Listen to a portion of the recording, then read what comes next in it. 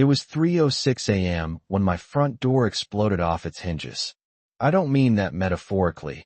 There was a literal bang, a shower of splinters. And 4 men in black tactical vests rushed into my home yelling, HOA enforcement, like they were on some kind of budget SWAT raid.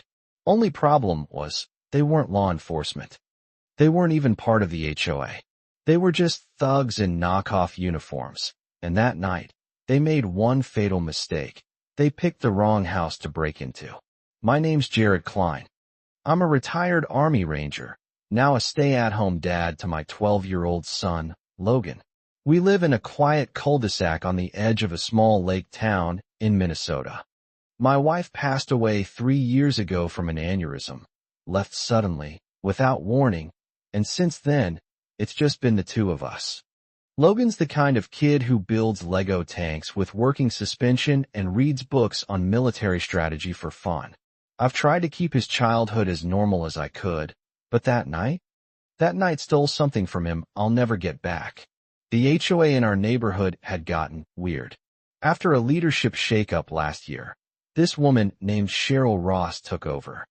She wasn't elected, just sort of declared herself acting president after the old one moved out.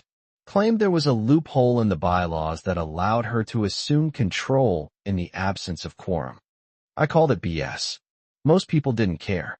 But then the notices started showing up.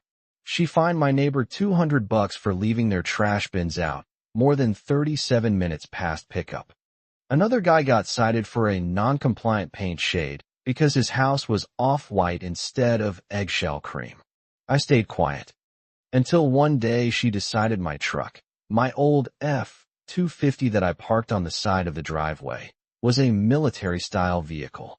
And apparently, in her world, those weren't allowed on residential lots. Then tacked on processing fees that brought it up to over $3,800. I told her, very plainly, this is harassment. Leave us alone. She smiled like I just handed her a challenge. I didn't know she'd go this far. Nobody did. Back to that night. The door crashes open. I reach for the 9mm I keep in a biometric safe by the bed, but I'm too slow. One of the guys is already in our bedroom, shouting, waving a flashlight in my face. Another one yanks the blanket off me and shouts something about resisting HOA inspection.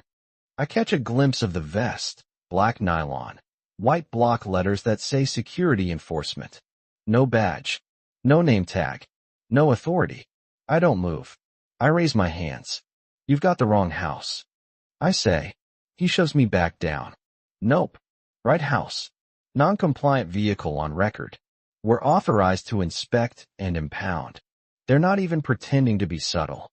Another guy's already in the living room tearing through drawers, calling out, found cash.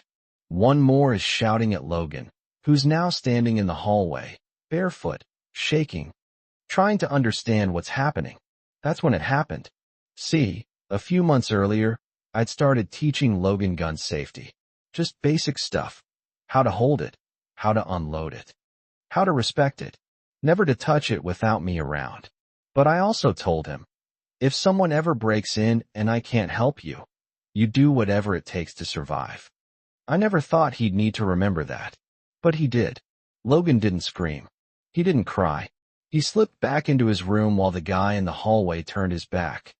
He opened the little biometric lockbox we kept on the high shelf in the closet, the one we practiced with every few weekends. Inside was a .22 Ruger pistol. Small caliber, but enough to make a point. I didn't see him do it, but I heard the shot. Pop. Then silence. Then screaming. The guy in the hallway went down, clutching his thigh, blood blooming through his black cargo pants. Logan stepped out, pale as a ghost, both hands on the gun like we practiced, and said in the calmest voice I've ever heard, "Drop your weapons, or I'll shoot again." You could have heard a pin drop. The guy in our bedroom froze. The guy in the kitchen cursed and bolted out the back. The one rifling through our drawers hesitated, then followed. Within seconds, 3 of them were gone. Tires screeching as they peeled away in a black SUV with no plates. Logan didn't lower the gun until I got up and took it from him. His arms were shaking. His eyes didn't blink for almost a full minute. I held him, told him he did the right thing, that I was proud of him, that he was safe now. The fourth guy, the one he shot, was still groaning on the floor. I called 911, told them we had an intruder, he was armed, and my son had fired in self-defense. The dispatcher asked me to confirm. Your son shot the intruder? I said yes. She paused for a second and then said, Sir, police are en route. Keep the gun secured. We'll take it from here. Cops showed up 6 minutes later. Real cops. With real badges. They handcuffed the guy, read him his rights, and called for an ambulance. They asked me what happened. I showed them the fake uniform, the plastic badge, the ridiculous printout that said HOA warrant of entry. One of the officers actually laughed. This is the dumbest thing I've ever seen, he said. They made their own warrant? Apparently. Cheryl had cooked up an entire fake enforcement division, printed fake documents, ordered fake gear online. She thought if she called it Neighborhood Security Task Force, it'd sound legit. She even filed a 501c nonprofit listing to make it look real. But it wasn't. It was just her and a bunch of buddies trying to scare people into compliance. They traced the SUV to her boyfriend, a guy named Doug who had a record for impersonating law enforcement. The guy Logan shot? Turns out he was on parole. Cheryl claimed it was all a misunderstanding, that she thought they were doing compliance checks and had no idea they'd go so far. She was arrested for conspiracy to commit home invasion, impersonating law enforcement, and reckless endangerment. The others are facing similar charges. Logan? The DA cleared him the next morning. Said it was the clearest case of juvenile self-defense they'd ever seen. No charges. No probation. Nothing. But that doesn't mean it didn't leave a mark. For weeks afterward, Logan didn't sleep right. He kept checking the locks. Kept asking if we should move. One night, I heard him whisper to himself, I thought I was gonna die. That broke me. I sat with him on the edge of his bed, held his hand, and said, You were brave. Braver than I ever was at your age. But you don't have to be brave anymore. That's my job now. We got therapy. We got security cameras. We got a new reinforced front door with steel hinges. And Logan? He's doing better now. He doesn't bring it up much, but I see it in his drawings. He used to sketch tanks and helicopters. Now he sketches our house, with tall walls and searchlights, but he draws us inside, smiling. Sometimes people ask me if I regret teaching him how to use that gun, if I wish I'd handled things differently. And you know what? I don't. Because that night, it wasn't just our house they broke into. It was our sense of safety, our right to live without fear. And Logan stood up to it. He didn't want to be a hero. He just wanted to protect his dad. And in doing that, he saved us both.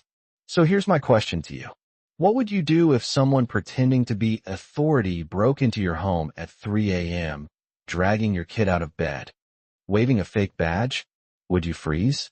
Would you fight? Would your child know what to do? Let me know in the comments. And if you've ever dealt with a corrupt HOA, or someone abusing power behind a fake title, share your story. People need to know they're not alone. And that sometimes standing up starts with one small voice, saying no more.